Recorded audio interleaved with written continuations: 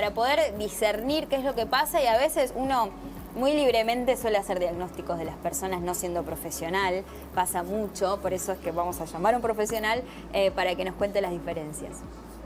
Y más por estos días que se banaliza mucho la salud mental. Es importante destrabar, sigue siendo tabú, ¿no, Barbie? La gente, a lo mejor le es muy fácil decir que le duele la cabeza o el estómago, Sí. Y hablar de las emociones, decir, tengo un poco de angustia, tengo miedo, a veces no le encuentro sentido a mi vida, no sé para dónde ir, estoy triste. Cuesta muchísimo. Parece que una persona que empieza a expresar su salud mental se pone de una manera vulnerable y cree que puede ser tildado de loco, de loca, de depresiva, de depresivo. Es decir, primer punto fundamental, la salud mental tiene el mismo estatuto que la salud física. Es decir, si podés hablar de un dolor físico, también podés hablar de un dolor mental. No más pensar que si una persona presenta su vulnerabilidad, va a ser juzgada, va a ser estereotipada, va a ser marcada como diagnosticada por cualquier persona. No, nadie tiene derecho a diagnosticar. Por estos días salí por muchos medios hablando, ¿no? En función de que se suele decir que una persona que está en la política o que expone algunas cuestiones está loca. No, digo, tengamos cuidado con eso, no banalicemos la salud mental. Entonces, primer punto, Barbie, Gastón, es hablar, como hiciste recién, Barbie, contar si a uno le pasa algo, si está enojado, si está triste, siempre hablar con alguien.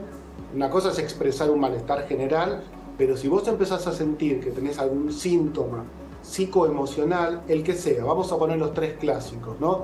Angustia, ansiedad o miedo. Si tenés un poco de angustia, un poco de ansiedad o un poco de miedo, hablarlo con un amigo, una amiga, alguien que tenga la capacidad de escucha, que eso es difícil también, es para otra Y que salida, no lo minimice, Pablo, porque por ahí no está como en la misma sintonía que uno, o no pasó lo mismo, por ahí ver con quién o elegir con quién hablar, para que no te diga tampoco, che, bueno, no es nada, o estás exagerando, o otra vez con el mismo tema. No, eso es muy importante, alguien que tenga capacidad de escucha, alguien que te conozca, Barbie, que sepa también contenerte y pensar esto, y esto es muy importante, que todo síntoma, por más pequeño que sea, es muy importante, y que si no le pones palabras, si no lo pones a trabajar, puede crecer en intensidad y ahí ya no es un síntoma, ahí empezamos a pensar en un cuadro psicopatológico. Entonces, este es el punto más importante, que todo síntoma, por pequeño que sea, hay que ponerlo a trabajar. De alguna manera el síntoma es como un cartel indicador, ¿sí? Como si vas por la ruta de tu vida y hay un cartel y ese cartel te está diciendo algo. En este caso es el mundo interior que te está indicando algo, que algo te está pasando. Por eso tenés que dialogar con ese síntoma, hablarlo con alguien. También podés, obvio, consultar a un psicólogo, pero en principio, básicamente que vos dialogues. ¿Qué me está queriendo decir este síntoma en este momento de mi vida? Ese es el punto central.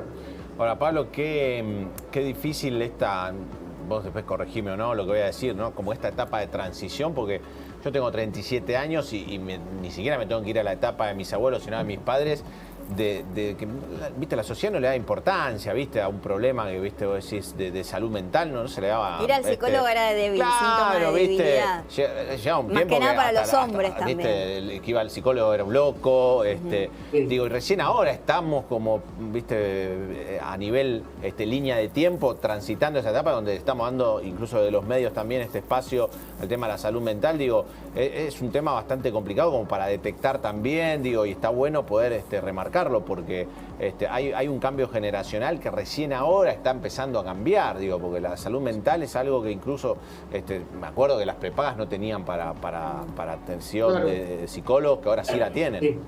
Sí, porque parece que en este mundo solo vale lo que se ve, entonces el cuerpo, lo que aparece en una tomografía, lo que aparece en una ecografía, y el mundo interior es muy invisible, es muy sutil, es muy misterioso, pero hace a la maravilla del ser humano, ¿no? Lo más importante es entender que somos una unidad psicológica, física y espiritual.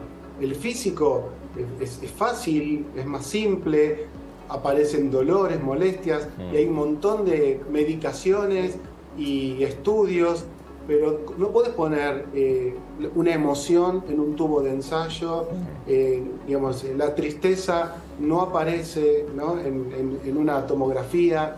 Es algo que tenés que indagar, tenés que aprender a interiorizar, al autoconocimiento, a registrar y a gestionar tus emociones, ¿no? Las emociones las tenés que primero registrar, saber qué te está diciendo esa emoción y a partir de dialogar con esa emoción, gestionarla, ¿no? Aquietarla, expresarla, comprender por qué aparece esa emoción. Y claro, es un mundo donde todo lo externo es fácilmente registrable y el mundo interior no te enseñan a registrar tu mundo interior, a sanarte internamente, ¿no? Cuesta muchísimo. Pablo, eso de gestionar las emociones, lo que decís, bueno, ni Gastón ni yo somos padres, pero en general uno decía a tu padre o a tu madre, no lo has visto llorar o tratan de tener temple o cuando están en crisis no te lo demuestran. Ser Claro. padre es mucho más difícil para gestionar las emociones, siendo que tenés hijos y no te querés mostrar tan vulnerable. No, yo creo que cualquier rol que tengas en la vida va a depender de cómo estés, cómo sea tu bienestar personal. Es decir, Barbie, si vos aprendés a registrarte y a gestionar tus emociones, vas a funcionar con tu pareja o con un amigo o en el ejercicio del periodismo, o si sos mamá, todos esos roles van a funcionar mejor en función de expresar tus emociones. Se crece mejor y se humanizan mejor los vínculos cuando hablamos del mundo interior, ¿no? No hay posibilidad de que una pareja funcione bien, ni un vínculo con un hijo o una hija o con un compañero de trabajo, si no le manifestás también eso que vos sentís, eso que te está pasando, porque en definitiva, y eso es lo que nos ubica como humanos, hay dos elementos centrales de la vida humana y que nos cuesta mucho hablar de esto, que es que todos somos vulnerables y frágiles y que nos vamos a morir. Entonces, el valor de la vida va a cobrar una dimensión mucho más humana cuando tomamos conciencia de que a todos nos pasa algo en el mundo interior, que nadie la tiene del todo clara, que muchas veces te sentís triste, que a veces sentís que te equivocás y no sabes cómo resolverlo, que caes en relaciones tóxicas sin darte cuenta porque no resolviste aquello que te viene pasando. Es decir, no hay quien no caiga cada tanto a nivel psicoemocional, pero muchas veces, para no mostrar esa fragilidad, se tapan los síntomas y después aparecen las enfermedades mentales. Entonces siempre la sugerencia es expresar lo que sentimos y ponerlo a trabajar, porque un síntoma psicológico, un síntoma emocional, es una posibilidad de crecer, de evolucionar y de cambiar para mejor, ¿no? De hecho, uno podría decir que esa es una sabiduría que tiene nuestro mundo interior que nos invita a repensarnos, ¿eh? Pablo, recién dijiste una frase, es una verdad absoluta, que no tiene, que no se puede refutar, que todos nos vamos a morir. ¿Cómo se maneja la ansiedad con el miedo a la muerte o miedo a la muerte de alguien cercano? Yo creo que todos hemos experimentado o estamos experimentando ese miedo a la muerte, Una que a la mascota, vez... ¿viste? Es Claro, bien tal menos, cual. perrito. Pero bueno, la propia también, que uno en realidad si se muere, calculo que no te enterás, no sabemos qué pasa después, pero ¿cómo se maneja esa ansiedad, ese miedo a la muerte?